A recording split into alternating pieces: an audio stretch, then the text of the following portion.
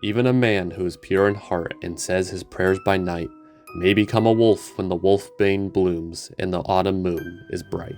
Welcome, ladies and gentlemen, to Howling Halloween.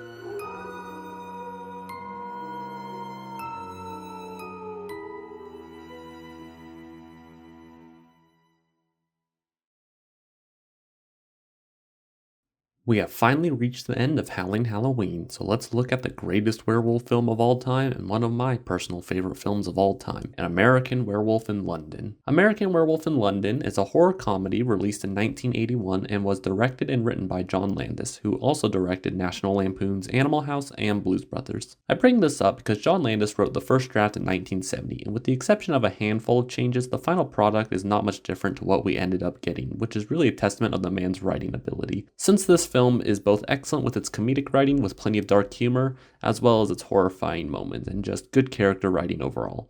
The fact that John Landis was able to create this excellent balance between the tones of horror and comedy is very impressive, since tonally they're about as far apart as you can get when constructing a film's tone. The opening of this film uses the song Blue Moon, while we get to see landscape shots of Yorkshire. The calming, soothing tone of Blue Moon helps to ease us into a feeling of relaxation, which appropriately matches with the chemistry of our two prominent characters, David and Jack, a pair of great friends that are backpacking across Europe. The chemistry and dialogue between these two is excellent. For one, they actually talk like real people, especially how a pair of close friends would talk to one another, with their personalities both being prominent in this opening scene.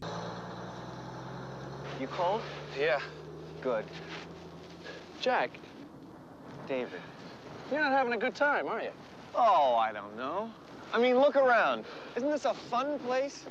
Both David and Jack are goofballs that love to give each other crap in a joking kind of way that you do with your homies. It comes off as these two are without a doubt great friends, and this is also due to the actors David Notting and Griffin Dunne, both doing an excellent job, boosting this already excellent script with some excellent performances, which is quite challenging since each is required to be able to act in a multitude of different ways and not just in a comedic way. They come across a small village and go into a pub called the Slaughtered Lamb, where they are treated like strangers by the locals who give off very cult-like vibes, making not just David and Jack uneasy but the viewer as well with their hostile treatment and the pentagram drawn on the wall with the candle surrounding it, and where we get a nice little reference to the 1941 wolf.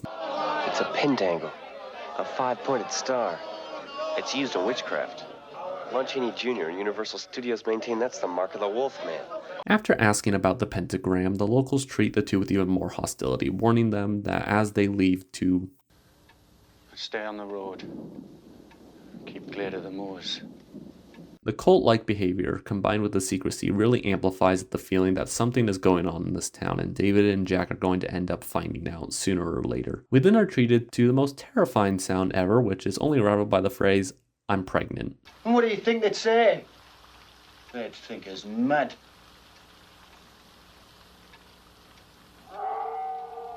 Listen. Do you hear it? This howl is perfect. It's the right combination of animal with the human part sounding like it's in pain. Coming up is probably my second favorite horror scene in the film, where David and Jack have wandered off the trail and are now in the moors, where they hear the howling as it continues to get closer and closer. Did you hear that? I heard that. What was it? Could be a lot of things. The first thing that makes the scene so great is how there is no music accompanying it. Most horror films, especially with the crappy ones, have that obnoxious horror build-up music, which is fine in small amounts, but has been overused so much in the industry that the build-up music has been associated with laziness and horror trailers. I mean, seriously, folks, next time you go see a movie and a trailer for a horror movie comes on, it'll be the exact same thing as every other horror trailer in modern days. Next, the way these two try to make jokes and lighthearted banter is definitely a natural way they are trying to bring levity to a tense situation. Let's just keep walking.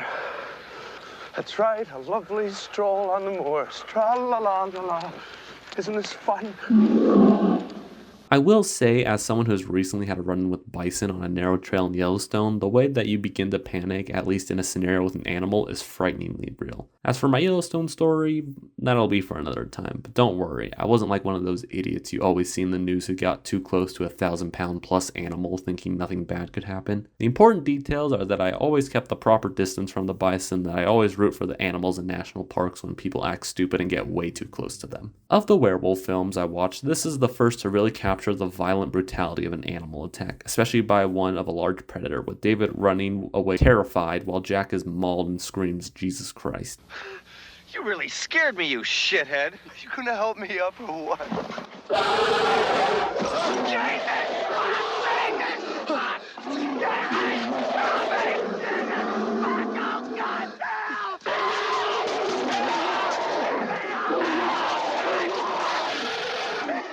David, feeling guilt-ridden, runs back to Jack to find him dead, where he's then attacked by the werewolf, but is shot before it can kill him, in which David sees a naked man before passing out.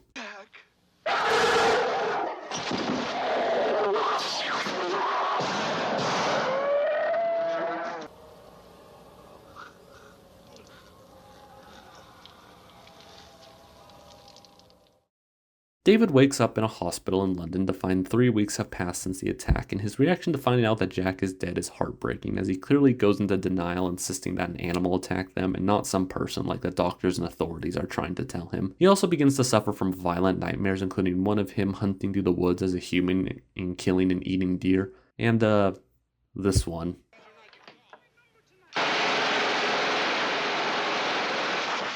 Ladies and gentlemen,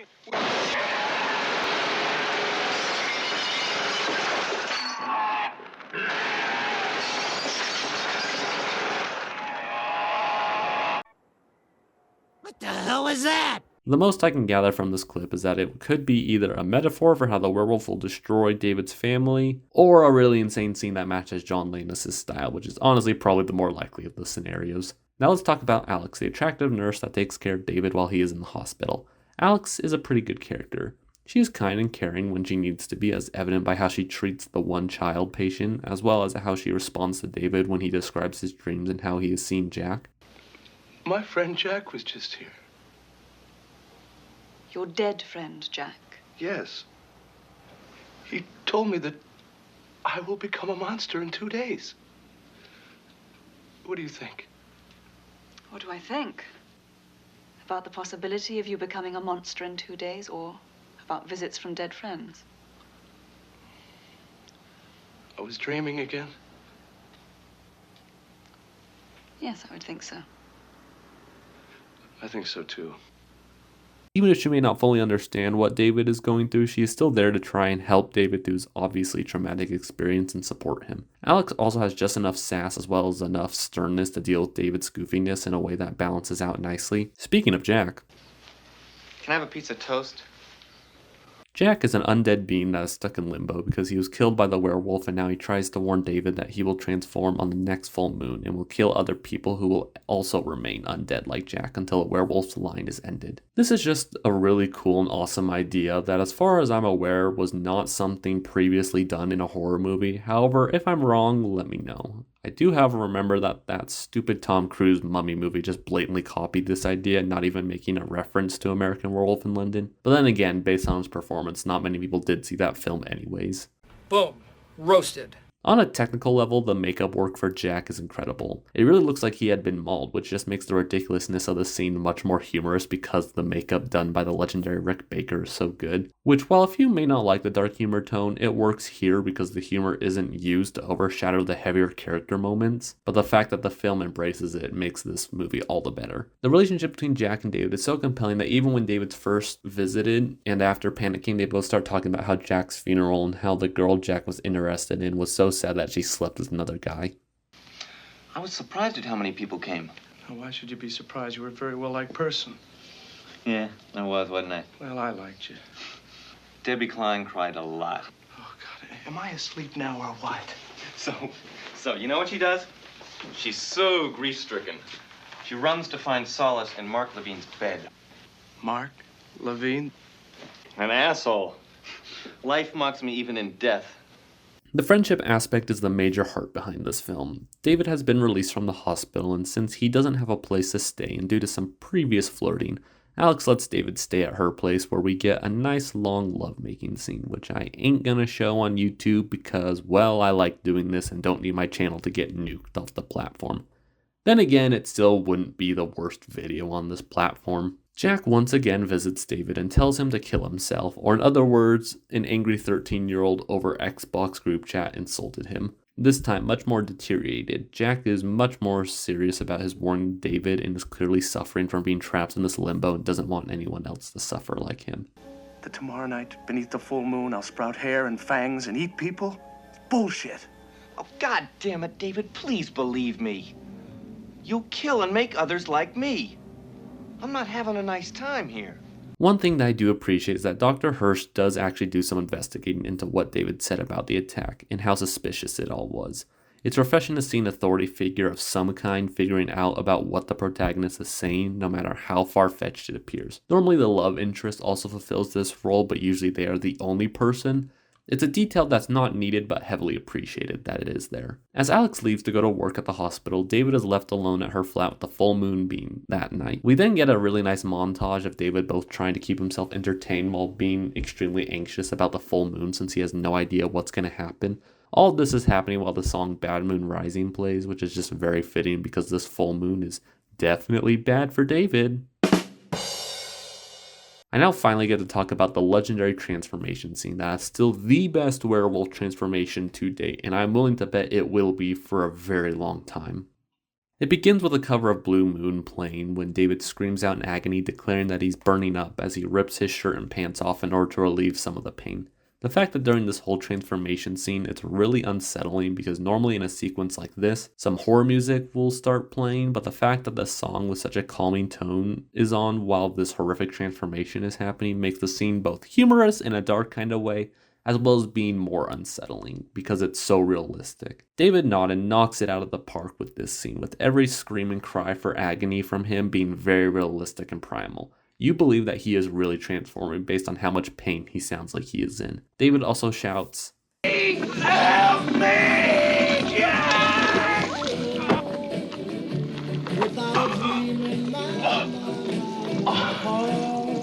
I didn't mean to call you Meatloaf, Jack! thinking that Jack is the one doing this to him, when in reality Jack was simply just trying to warn him, not punish him. John Landis has talked about if you are transforming from a person to a four-legged beast, then the process would be painful, which is captured wonderfully with the limbs elongating with bones cracking. One of my favorite shots is of the hands and legs growing with the bone cracking effect. Then suddenly there appeared for me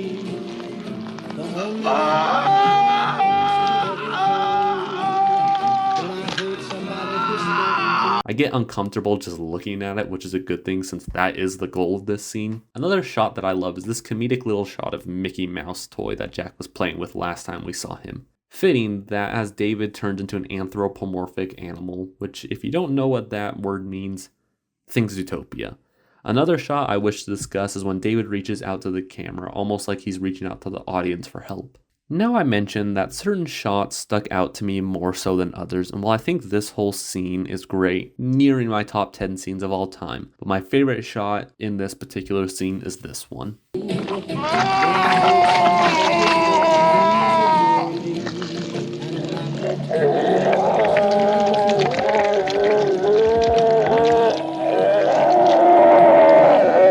Brutal is the main word that comes to mind when I look at this clip. The fact that they built a whole practical face in order to get this shot is incredible. It's always the part I look most forward to in a werewolf transformation since it's the best indicator of what kind of werewolf you're going to get based on the snout. In addition, in my own head, I feel like that if you're going to be transforming into a werewolf, the most painful portion would probably be your face because your skull is being broken down and reshaped into something much more animalistic. The final shot ends with us seeing the fully transformed werewolf, where we get to see the big, beautiful moon in the haunting howl.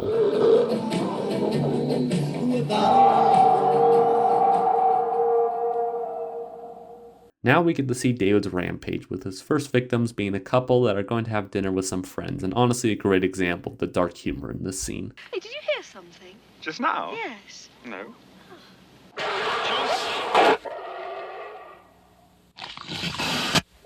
Sean, those hooligans are in the park again. Aren't you ready yet? I'll be here any minute. There's something going on out there. Next set of deaths is a trio of homeless guys. Is that a PC term? Unemployed individuals, jobless persons, between jobs humankind, unoccupied folks, idle homo sapiens. Well, that should cover my butt for at least, a good 2 months from Twitter. Now, I enjoyed the transformation scene immensely. However, it is not my favorite scene in this film. That would go to the subway attack, which is still one of the most frightening scenes to date that I've seen. The lack of horror music adds to the realism of being alone and being chased by some kind of monster. For 95% of the scene, we don't even see the werewolf, except for some POV shots as the werewolf chases down the businessman. The camera also always changes angles just when we are about to see the wolf in a shot, keeping us in suspense. In the final shot, well, I'll just let John Landis explain why this is his favorite shot in the film. I became enamored of Rick's work, so I showed it too much. I still think when I see the movie, you see it too much, the wolf.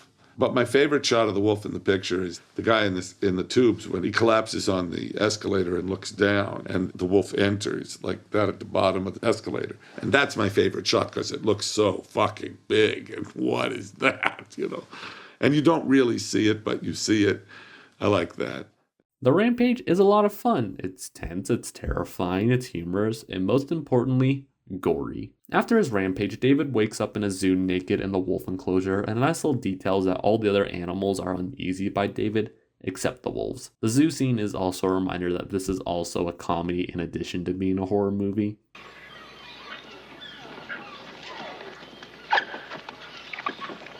One dark humor aspect of this that I find funny is how David is in such a good mood the morning of, despite not knowing why, which is delightfully twisted. However, when he does figure out what he did, he's distraught at the fact that he murdered 6 people and immediately tries to get himself arrested to prevent himself from hurting others, especially Alex. We get a heartfelt moment where David calls his family, but only his younger sister answers and says goodbye to her and tells her to tell his family he loves him, knowing that he will have to kill himself.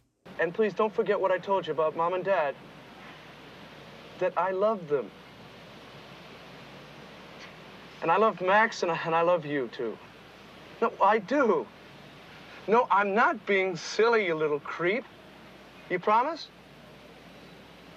Okay. Will you be a good girl, then? Yeah, I love you. Goodbye. He then proceeds to attempt to kill himself, but cannot bring himself to do it. And I'll just slip this in, but if you are suffering from depression, anxiety, or suicidal thoughts, or any other form of mental illness, then go seek professional help. Y'all are beautiful human beings that have the potential to make this world a better place, and Lord knows that we need more of them more than ever. David heads into an adult film theater after seeing Jack enter, and they begin having a conversation about how David needs to kill himself, but this scene probably has the joke that I laughed the hardest at in this movie. Not saying it's the smartest, but it's just the one that probably made me laugh the hardest. What are you doing here? You promised never to do this kind of thing again. I never promised you any such thing. Not you Twitter. I've never seen you before in my life. Oh, sorry. That made me laugh way harder than it probably should have. David is introduced to the 6 victims that he mauled the previous night, with all of them giving their opinions on how he should kill himself, with the couple just being very happy since they are together, despite being mauled by a werewolf and now are stuck in limbo. Despite the majority of victims suggesting those painful ways for David to off himself, Jack says this. I could hang myself. No, if you did it wrong, it could be painful.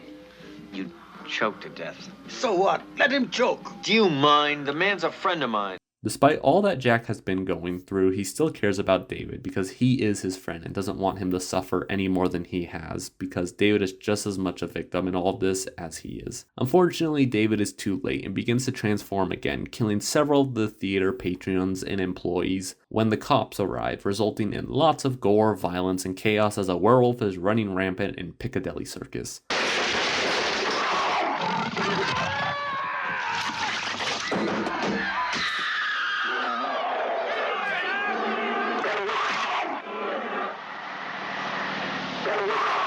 Ironically, most of the deaths in Piccadilly Circus are a result of vehicles and people, not the actual werewolf. It's a scene that is as awesome as it is ridiculous. David gets cornered by the police when Alex and Dr. Hirsch arrive, with Alex running past the police and tries to talk to David.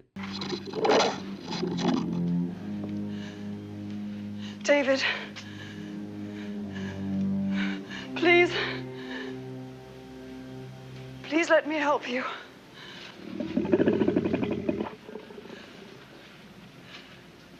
I love you, David.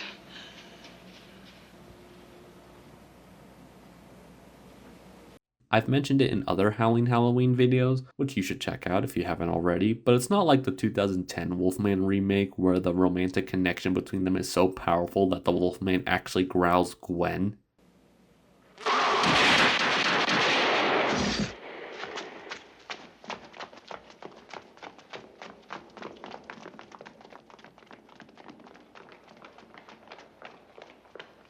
But it's just enough of a hesitancy where it shows that there is still a bit of humanity inside of David. Unfortunately, that the werewolf side of him is so powerful, causing him to lunge at her, resulting in the cop shooting him.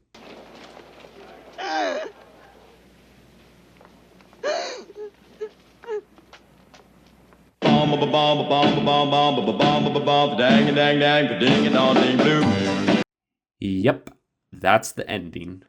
Now, in the 1940 Man Wolfman video, I mentioned how the ending in that felt, well, a little bit rushed. Well, that film has nothing on an American Werewolf in London. I will say this is a very in line with the rest of the movie with a kind of dark comedy aspect to it. But what I said in my Marvel has a joke problem, this ending really upsets the flow of the fact that David has been killed. Heck, I think the fact it could have ended with Alex crying is perfectly fine. Really, it's probably the best way to do it. It's really more of the song choice, with a very specific cover of Blue Moon playing. That being said, it is kind of funny with how so much of a troll move this is. It's just that this sticks out much more significantly because the rest of the film does a great job of balancing these two tones. And that is An American Werewolf in London, and honestly, I love this film so much. The story is by no means complex, but it doesn't need to be. This film still really holds up and still remains one of my favorite films of all time. And while I did go into depth with this film, there is just a lot of good stuff in this movie, with many of the jokes being really clever, and I couldn't go over all of them, even if I wanted to. The cinematography and special effects are also all top tier, with the Oscar win for best makeup being very well deserved. And I still stand by this is the best use of practical effects in a film, period. And I will die on that hill. I love this film. To myself and many others, this is the definitive werewolf film to end all werewolf films that has so much positive qualities about it, from its horror to its overall campiness, because this movie is campy. But because of its balance, this movie has it all. Gore, comedy, heart, horror, and romance, each done masterfully, and all are balanced wonderfully. Anyway, that is the end of this video and the end of Howling Halloween this year. I'm really glad I got to do this because it was a lot of fun to try and push myself in terms of creating a video each week, which has been quite challenging, but I really appreciate the support from all of you. I don't really think I could fully put into words, but seeing a positive comment genuinely makes my day, so just know that this wouldn't be possible without all of you. Thank you all. Now, if I remember correctly, the next big project I announced and had planned was Wonder Woman 1984, so surely nothing else will be moved in front of it, right?